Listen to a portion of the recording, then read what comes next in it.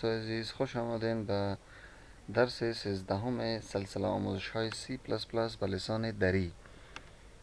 در این ویدیو موضوع ما اره است در C++ که اره چی هست و چی کارهای کرده میتونیم توسط اره. اره بسیار آسان براتون بگم. اره که هست در C++ عبارت از لیست است، یعنی عبارت از یک وریبل است. در ما میتونیم که زیاد دیتا ها را تحت یک نام سیف کنیم. از بجایی که مثال ما بگیریم جدا جدا وریبل ها جور کنیم، فقط یک تا وریبل جور میکنیم و دو ما چی میکنیم؟ دیتا های زیاد ذخیره میکنیم. در وریبل ساده ما فقط میتونستیم که یک دانه دیتا ضیف کنیم، ولیکن اره عبارت از اونمون و وریبلی است که تحت یک نام ما میتونیم زیاد دیتا ها را دو سیف کنیم، ولیکن شرطش است که دیتا ها باید هم نوع باشند، یعنی دیتا تایپشون باید یک چیز باشه. اگر مثلا ما یک لیست اعداد اینتجر جور میکنیم، بعد باید تمام دیتایی را که ما دو سیف میکنیم باید اینتجر تایپ باشه. اگر استرینگ تایپ میگیریم باید تو کلش استرینگ باشه. اینجا طریقه دیکلیریشنش گفته که چه قسم ما دیکلیر کرده میتونیم. اول باید دیتا تایپ شنوشته کنیم، بعد اسمش هر چیز شده میتونه بدون از کیورد هایی که در C++ هست. یعنی بعضی لغت های هستن که پیش از پیش ثبت شدن در C++ اونها رو نمیتونیم، دیگه هر نمی که باشه میتونیم. و در آخر هم یک سکویر برکت که اینی نشان دهنده اوی است که وریبل اره تایپ هست. ما میریم یک مثال کار میکنیم که بسیار براتون آسان شود. ما میگیرم اسکلیت جور میکنم، درست است نیم، و دیجا هم یوزینگ نیم کور خود نشته میکنیم. گفتم که میخوایم که یک وریبل هر وقت میخوایم که دیکلیر کنیم اول باید دیتا تایپ نشته کنیم. مثلا اینتجر میگیرم من. اینتجر چی؟ اینتجر مثلا فیس یا سالری، درست؟ اینتجر سالری میگیرم، درست است. و ای را با این قوس علامه نشان میتم. این معنا داره که این یک اره تایپ وریبل است که نوش اینتجر است و در داخل از این ما چقدر اینال سایز اف element در ما باید چی کنیم. اینجا در سلاید میریم چی نشته است و در آخر چی گفته این element to show number of elements، یعنی size of element یا number of elements to show. یعنی چی معنا؟ مثلا این لیست خود جور کردی، مثلا این لیست چند نفره باشه، چقدر دیتا ضیف میکنیم. ما میخوایم مثلا 5، درست است. چی شد؟ یک دانه اره را ما معرفی کردیم در زبان C++ که تایپش چی است؟ تایپش اینتجر است. اگر ما رن هم کنیم هیچ چیز کار نمیده، چون ما چیز نگفتیم دیگه، فقط ما یک جای را مشخص ساخت. خب دوستان عزیز، این را فهمیدیم که چه قسم ما یک اره را میگیریم دیکلیر میکنیم. اگر همزمان میخواین که نمیشه ای را اینیشیالایز کنین و نه دیتا درش وارد کنین، دایرکت اینیشیالایزیشن آسان از مشکل نداره، ولیکن اگر جدا جدا باز میخواین باز او را اندکسینگ میگی، او را باز میخوانیم. سالری است، سالری اینتجر باید باشه. چه قسم؟ اعداد تام باید نشته کنیم. مثلا 3000 میگیرم من اینجا، یعنی 5000 گرفتم، اینال میگیرم مثلا 7000، 10000، 4 تا شد و دیگه هم 15000. درست است نیم؟ خب دوستان عزیز، ما چی کردیم؟ اینجا گرفتیم یک دانه اره را معرفی کردیم و همچنان دو دیتا ذخیره کنیم. اینال ما میخوایم که دی دیتا دسترسی پیدا کنم که او را چی میگه؟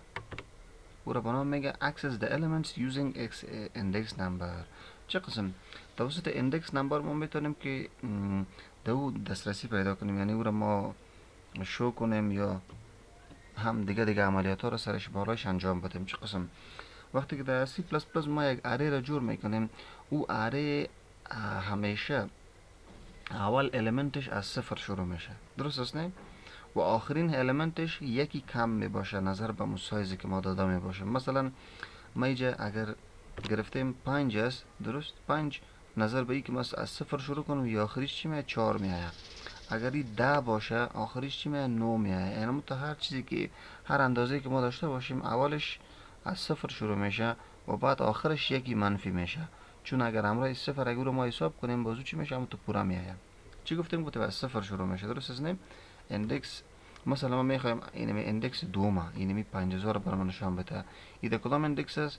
0 1. خب اینجا ما گرفتیم چی که مثلا ما میخوایم که اینمی 5000 پلی شوه چی شوه؟ ایده کدام اندکس است؟ 0 1. تا اندکس 1 است ایرک ما ایرنا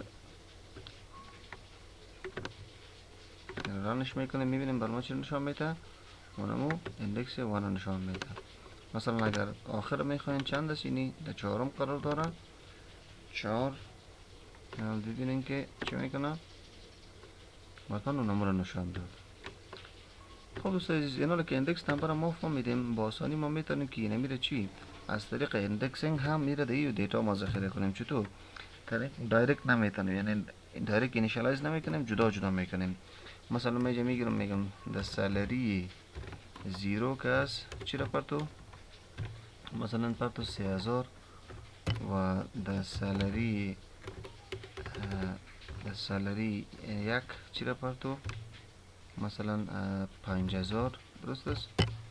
د سالری 2. خب د اندکس 2 ایره گرفتم، باز میگیرم د اندکس نمبر چند، نمبر 3 میگیرم 10000 و آخرش هم د اندکس نمبر 4 چی رو میگیرم، مثلا 15000. نیم قسمه که توسط اندکس نمبر ما انتری کردیم، نال پس یک سی اوت میتم که شو دیتا که بفهمیم که توسط ازی چی که بر ما نشان داد، و یک نیو لاین هم میتیم. نال پایین اینجا پس سی اوت میکنیم. سی اوت میکنیم چی ده؟ این هم چیزایی را که اینجا کردیم. درست است. سالری 0 اینجا ما بگیرم پیستش کنم. خب بخاطر شو دیتا ما چی بگیریم؟ از سی اوت استفاده میکنم. درست است نه؟ باز میگم سی اوت بر ما اینمی سالری را و اندکس 1 و اینم قسمی را کپی میکنم تا به آخره.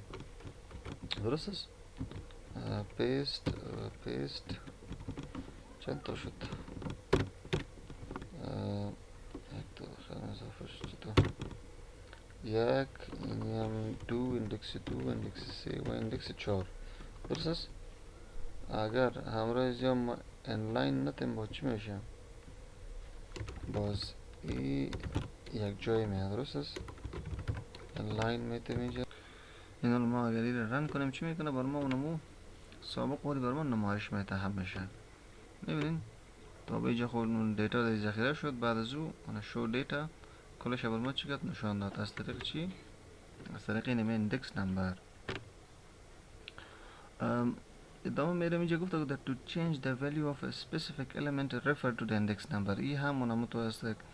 خب قسمی که گفتیم که توسط اندکس نمبر ما میتونیم که هم دیتا درش وارد کنیم، هم را نمایش بدیم و هم میتونیم کورا تغییر بدیم. مثلا اینمی اندکس نمبر 2 که از 7000 است، ما میگم این 8000 شود.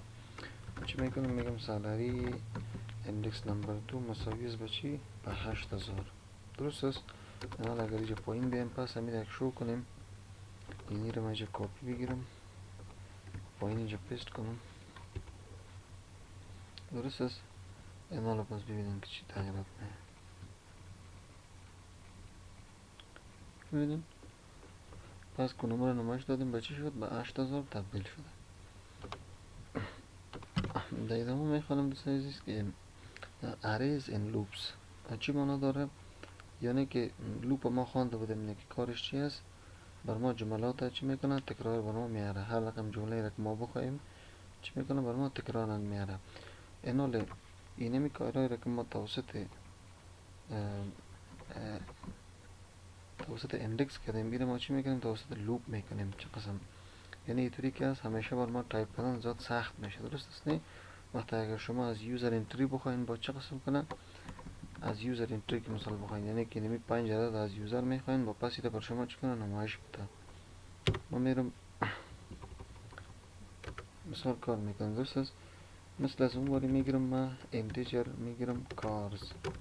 این مثال دیگه میگیرم دی یک پایین نو موتور میگم بر ما چی کو؟ سیف کو.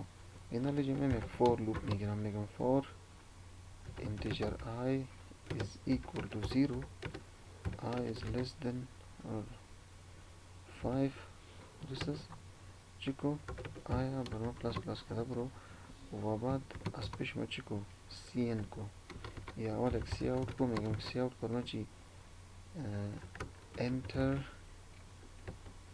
value for element I. درست است. و سی هم بخواه پیش ما چی؟ کارز آف آیوان. اینجا هم یک فاصله میگم که این چیز. اینا اگر ما ایران کنیم ببینید میگه enter value for element 0 و میگم مثال بنز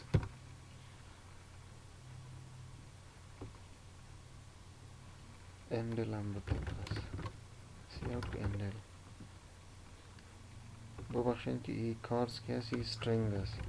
ما انتجار گرفتیم درست است نه string.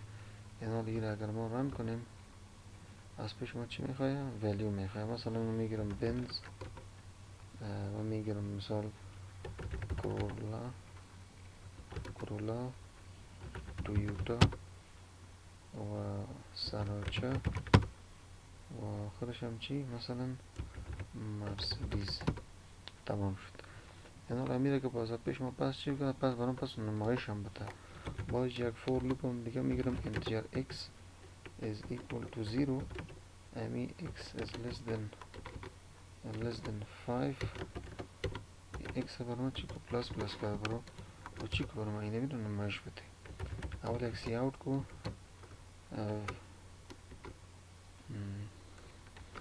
value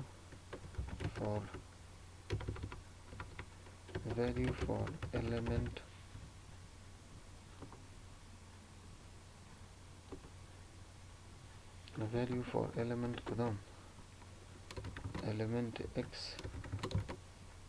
is equal to چی که برمه دمی cars of x برمه نشان بده و اندلم کدام درست است. انا اگر ما رن کنیم اول خب 5 بار پیش من نام میخواه یا اول نام رو نشته کنیم. مثلا میگم که کرولا تویوتا بنز مرسیدس و سراچه. ببینیم value for element 0 کرولا تویوتا بنز سراچه و همسال این ما میتونیم مختلف کارهای توسط اره و لوپس انجام بدیم. خب دوستان عزیز این ویدیو تا پایان میشه. انشالله که تا ویدیو بعدی شما را به الله پاک به نیاز بنسپارم. در خانه بمانید تا مسئول بمانید. از او خاطر کرونا است. زیاد فکرتان بگیرین و به هدایات دکترها هم گوش کنین. چیزی که دکتر صاحبا و متخصصین و عالم دین میگن با گوش بتین.